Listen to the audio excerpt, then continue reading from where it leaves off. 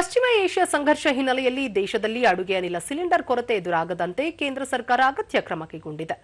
ಈ ನಡುವೆ ರಾಯಚೂರಿನ ಹೊಸೂರು ಗ್ರಾಮದಲ್ಲಿ ಅಡುಗೆ ಅನಿಲದ ಬದಲು ಜೈವಿಕ ಅನಿಲದ ಮೂಲಕ ಮನೆಯ ಒಲೆ ನಿರಂತರವಾಗಿ ಉರಿಯುತ್ತಿದೆ. ಈ ಕುರಿತು ಒಂದು ವರದಿ. ರಾಯಚೂರಿನ ಹೊಸೂರು ಗ್ರಾಮದ ವಿನೋದ್ ಕುಮಾರ್ ನಗರದ ಬಜಾರ್ ಪೊಲೀಸ್ ಠಾಣೆಯಲ್ಲಿ ಕಾನ್ಸ್ಟೇಬಲ್ ಆಗಿ ಸೇವೆ ಸಲ್ಲಿಸುತ್ತಿದ್ದು ಇಂಧನ ಉಳಿತಾಯದ ಹೊಸ ಮಾರ್ಗವನ್ನು ಕಂಡುಕೊಂಡಿದ್ದಾರೆ. ವಿನೋದ್ ಕುಮಾರ್ ತಮ್ಮ ಮನೆ ಅಂಗಳದಲ್ಲೇ ಜೈವಿಕ ಅನಿಲ ಉತ್ಪಾದನೆ ಮೂಲಕ ಇಂಧನ ಸ್ವಾವಲಂಬನೆ ಸಾಧಿಸಿ ಇತರರಿಗೂ ಮಾದರಿಯಾಗಿದ್ದಾರೆ. ಅಡುಗೆ ಮನೆಯ ತ್ಯಾಜ್ಯವನ್ನು ಬಳಸಿ ಜೈವಿಕ ಅನಿಲವನ್ನು ತಯಾರು ಮಾಡಲಾಗುತ್ತಿದ್ದು ಅದನ್ನು ಅಡುಗೆ ಅನಿಲವಾಗಿ ಬಳಸಲಾಗುತ್ತಿದೆ. ಇದರಿಂದ ಅಡುಗೆ ಅನಿಲದ ಕೊರತೆ ಎದುರಾಗದಂತೆ ನೋಡಿಕೊಂಡಿದ್ದಾರೆ.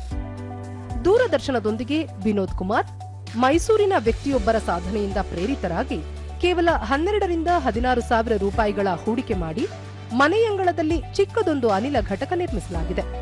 ಈ ಹಿಂದೆ ವರ್ಷಕ್ಕೆ 12 ಸಿಲಿಂಡರ್ ಬಳಸುತ್ತಿದ್ದ ಕುಟುಂಬ ಈಗ ಕೇವಲ 2 ರಿಂದ 3 ಸಿಲಿಂಡರ್ಗಳಿಗೆ ಬಳಕೆಯನ್ನು ಸೀಮಿತಗೊಳಿಸಿದ್ದು ವಾರ್ಷಿಕ ಸುಮಾರು 10,000 ರೂಪಾಯಿ ಉಳಿತಾಯವಾಗುತ್ತಿದೆ ಎಂದರು. ಒಣಕಸನ ಯಾರು ಮಾಡಬಹುದು ಸರ್. ಹಸಿ ಕಸ ಬಗ್ಗೆ ಬಹಳ ಕಷ್ಟ ಆಗುತ್ತೆ ಸರ್. ಅದಕ್ಕೆ ಹಸಿ ಕಸ ಹಿಂಗೆ ಪ್ರತಿಯೊಂದು ಮನೆಯಲ್ಲಿ ಹಿಂಗೆ ಬಳಕೆ ಮಾಡಿದ್ರೆ ಇದರಿಂದ ಯಾವುದೇ ರೀತಿ ತೊಂದರೆ ಇಲ್ಲ ಸರ್. ಯಾವುದೇ ರೀತಿ ಸ್ಮೆಲ್ ಬರಲ್ಲ, ಏನು ಬರಲ್ಲ. ಕೆಲವರು ಏನು ಅನ್ಕೊಂತಾರೆ ಸರ್, ಅದ್ರಲ್ಲ ಸ್ಮೆಲ್ ಬರುತ್ತಾ, ಅದು ಹೆಂಗೆ ಮಾಡುತ್ತಾರೆ, ಹಂಗೆ ಮಾಡ್ತಾರೆ. ಇಲ್ಲಿ ಅದು ಘಟಕದಲ್ಲಿ ಯಾವುದೇ ಸ್ಮೆಲ್ ಬರಲ್ಲ ಸರ್. ಇದರಿಂದ ಯಾವುದೇ ಅಪಾಯ ಆಗಿದೆ, ಬ್ಲಾಸ್ಟ್ ಆಗಿರ್ಬೋದು, ಯಾವುದೇ ರೀತಿ ತೊಂದರೆ ಸರ್. ಇಲ್ಲಿ ಮಕ್ಕಳು ಆಡ್ಬೋದು, ಎಲ್ಲರೂ ಮಕ್ಕಳು ಇದ್ರ ಜೊತೆ ಇದು ಮಕ್ಕಳನ್ನ ಯೂಸ್ ಮಾಡ್ಬೋದು ಸರ್. ಹಾಕಿ ಬೆಳಿಗ್ಗೆ ದಿನ ನೀರು ಹಾಕಿಬಿಟ್ರೆ ಅದು ಉತ್ಪತ್ತಿ ತಂತಾನೇ ಉತ್ಪತ್ತಿ ಆಗುತ್ತೆ ಸರ್. ಇದಕ್ಕೆ ಯಾವುದೇ ರೀತಿ ಹೆಚ್ಚು ನೆರಳಿದ್ರೆ ಜಲ್ದಿ ಉತ್ಪತ್ತಿ ಆಗಲ್ಲ ಸರ್. ನಾವು ಬಿಸಿಲಿಗಿಟ್ರೆ ಮತ್ತೇನು ಜಾಸ್ತಿ ಆಗುತ್ತೆ ಸರ್. ಸಹೋದರಿ ವಿನುತಾ ನಾಯಕ್ ಮೊದಲು ಸಿಲಿಂಡರ್ ಖಾಲಿಯಾದರೆ ಹೊಸ ಸಿಲಿಂಡರ್ ಬರುವವರೆಗೆ ಕಾಯಬೇಕಿತ್ತು. ಈಗ ಮನೆಯ ತ್ಯಾಜ್ಯದಿಂದಲೇ ಅನಿಲ ಉತ್ಪಾದನೆ ಮಾಡುತ್ತಿರುವುದರಿಂದ ಅಡುಗೆ ಮಾಡುವುದು ಸುಲಭ ಮತ್ತು ಲಾಭದಾಯಕವಾಗಿದೆ ಎಂದು ಅಭಿಪ್ರಾಯಪಟ್ಟರು.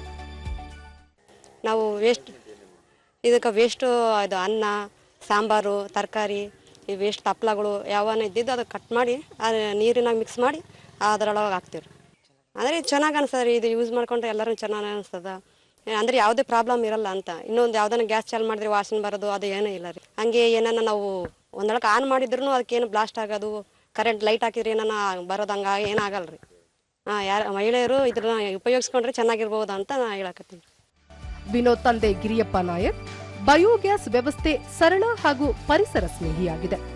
ಮನೆಯಲ್ಲಿ ಉಳಿದ ಆಹಾರ, ಕೊಳೆತ ತರಕಾರಿ, ಸಗಣಿ ಮತ್ತು ಪಾತ್ರೆ ತೊಳೆದ ನೀರನ್ನು ಬಳಸಿ ಅನಿಲ ಉತ್ಪಾದಿಸುತ್ತಿದ್ದೇವೆ.